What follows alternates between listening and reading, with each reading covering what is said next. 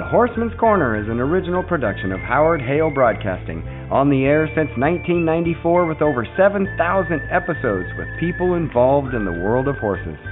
Today, the program is hosted and produced by Nelseena Lehmann and Brian Hale. Visit horsemanscorner.com for more, including longer interviews exclusive to the web, full archives, our own equine podcast search engine, made possible by Van Hargis Horsemanship. I'm Howard's son, Brian, and we welcome you to the Horseman's Corner. We'll be back with today's guest right after this. I'd like to invite you to visit the website that we have for the Horseman. That's horsemanscorner.com. Good place to advertise, good place to go if you're looking for horse information. That's horsemanscorner.com. Welcome to segment 2 of the Horseman's Corner. Now let's continue the conversation that Nelseena was having with our guest, Toby Tooke. Well, my dad used to run with some of the Tooke boys, the next generation, and he always said that one of the highlights of his life was being able to run bucking horses. He said that was the biggest rush of anything he'd ever done. So, and I'm pretty sure he chased a Tooke bucking horse or two around more than once. Watching the NFR, it was a couple of years ago, and I got a text from Dr. Greg Velklausen down there in Texas who does the DNA, and it was right to the 10th perf, and I go, what's Dr. V text me for? And it just simply said 29 of the 30 go back to Tooke bloodlines. So, I mean, you talk about the money perfs, the last perf of the biggest rodeo, and you've got 29 out of the 30. I mean, that's something.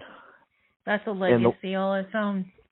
Yeah, and the one horse that everybody always asks, does he go back to ours? And he does not, is Virgil, and that is an amazing horse. Yeah, that's one of the few that I know that doesn't go back.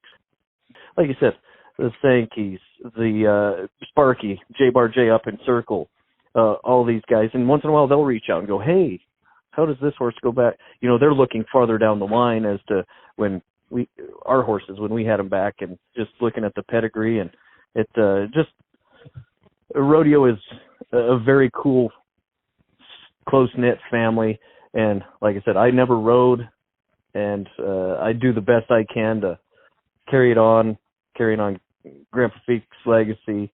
Grandpa, Ernest, I mean, I talked to him.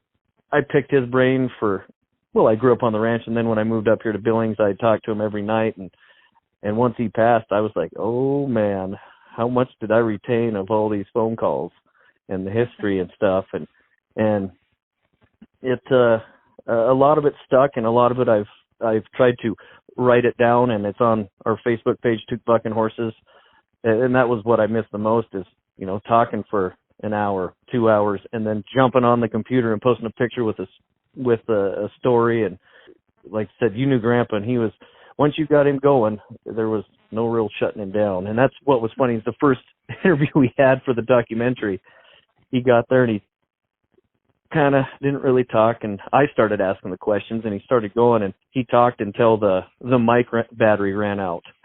And the producer goes, hold on, I'll go get another one. And he just took the microphone. It was a mic drop. He took it off and said, nope, I'm done for today. and Ken goes, your grandpa's a unique guy. I said, yep.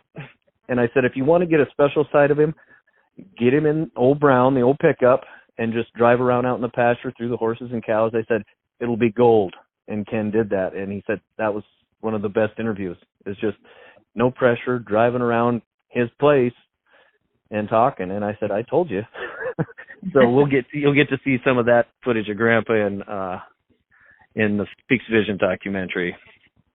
Well, your grandpa never got to rodeo because he had polio as a young man. Isn't that right?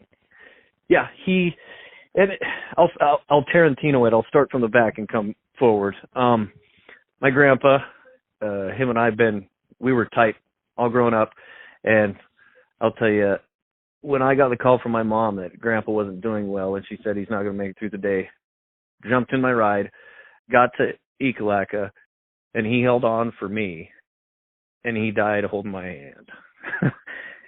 And going back and talking to some of the nurses, Grandpa said he never felt like a normal person with his polio. And I was like, man, you're like Superman to me. He rode bulls. He had the highest recorded bull ride in Wyoming history for a long time. And I remember him talking about going to Deadwood and riding. He said, yeah, Dad put on the rodeo, and I showed up, and it was me and the best bull riders in the world. He said, I ended up winning, and I couldn't get home fast enough to buy a 270. He said, I left town, and everybody knew who Ernest Tooke was. And I'm like, oh, whatever. And then, because he only rode until he was 20. And finally, there was one day I asked him, I said, well, why'd you retire? Well, I got on this bull, Bushy Bill of Alice Greeno's up in Haber, and I got hung up and hooked me in the ribs. That wasn't an education. I drew the same damn bull in Forsyth the next weekend, did the same damn thing, and I couldn't get home quick enough to hang up my spurs. So that was it. And he said, well, and I realized that it was just easier to raise bucking horses and put on rodeos than it would be. Because Grandpa got his RCA card when he was 14, a dual card, so he could ride and put them on. So I always thought that was kind of cool, putting it on, and there's pictures of him with, putting on rodeos, and there he is riding bulls and with his heroes. And I'm like, that is just nuts. Yeah, it was a life well lived, and that's, what more can you ask for? I'd like to invite you to visit the website that we have for the Horseman. That's horsemanscorner.com. There's a lot of information there, some good horses for sale, some sales that are coming up, and some broadcasts and podcasts that you'll really enjoy and use as a learning tool, because it's a great source for the horseman. Good place to advertise, good place to go if you're looking for horse information. That's horsemanscorner.com.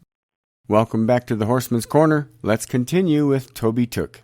I don't know if you know this, knowing Grandpa, but rodeo horses were important to him, but flying was more important to him. And he always said that, flying come first. And I remember flying and checking the bucking horses, and it is such a tool when you are in the rodeo business to be able to fly. And I mean, you look at guys, like Donnie Gay, who flies, and I know Mel Potter flying Sherry to all her rodeos. It's just such an asset at the ranch and in that sport, and it's just kind of cool to hear the stories. I think it was Deb Copenhaver talking about flying from one rodeo up here, and it gets you from A to B, and you got to get there, otherwise you're turning out. And Deb said it was a foggy day, we probably shouldn't have been flying, and all I know is we when the fog broke, we were underneath a bridge flying. And he goes, I got on the ground, and I think his exact words were, kissed the ground, and I didn't really want to get back in the plane. But it's just so many stories from these old guys, and I believe that's going to be in, some of that stuff will be in the documentary. I mean, we've got not only Tooke history, but there's going to be, I'm hoping, another DVD with rodeo history. And I mean, it's just, I crave it. I love it. Stories that a lot of us don't get to hear. And it's just preserving our sport, preserving, the legacy of great cowboys, great horses, just very, I can't say humbling enough, because I walk into, the PRCA Hall of Fame, and people are snagging me saying thank you. And all I mean, the last name that I was born with, it took me a while to realize what that meant in the world of rodeo, and just doing what I can to pass along, like I was telling you before we, I spoke at a college and talking to kids that had never been to a rodeo or don't know anything about rodeo. It is very cool to see kids kind of look at you, and you're like, at the end of it, hey, yeah, we're going to go to the rodeo and check it out. And it just is very cool to see that younger generation get excited for something that, isn't like an overpaid NBA star or overpaid NFL star, guys that, ranch during the week, and then they get to a rodeo and try to make a paycheck. You make a living off of trying to ride a horse or a bull or throwing a loop. Let's take a quick break before we move on to segment number 3. You're listening to the Horseman's Corner. We've produced over 2,500 podcasts during the past year, including the Harvest USA, Daily Ag Markets, the Horseman's Corner, and our fastest growing podcast, the Cattleman's Corner. This record-setting growth in listenership and, more importantly, downloads means your message could reside permanently on people's computers and phones everywhere when you become a sponsor of these podcasts. Contact us at halemultimedia.com for more information on this opportunity. That's halemultimedia.com. I'd like to invite you to visit the website that we have for the Horseman. That's horsemanscorner.com. There's a lot of information there, some good horses for sale, some sales that are coming up, and some broadcasts and podcasts that you'll really enjoy and use as a learning tool, because it's a great source for the horseman. Good place to advertise, good place to go if you're looking for horse information. That's horsemanscorner.com.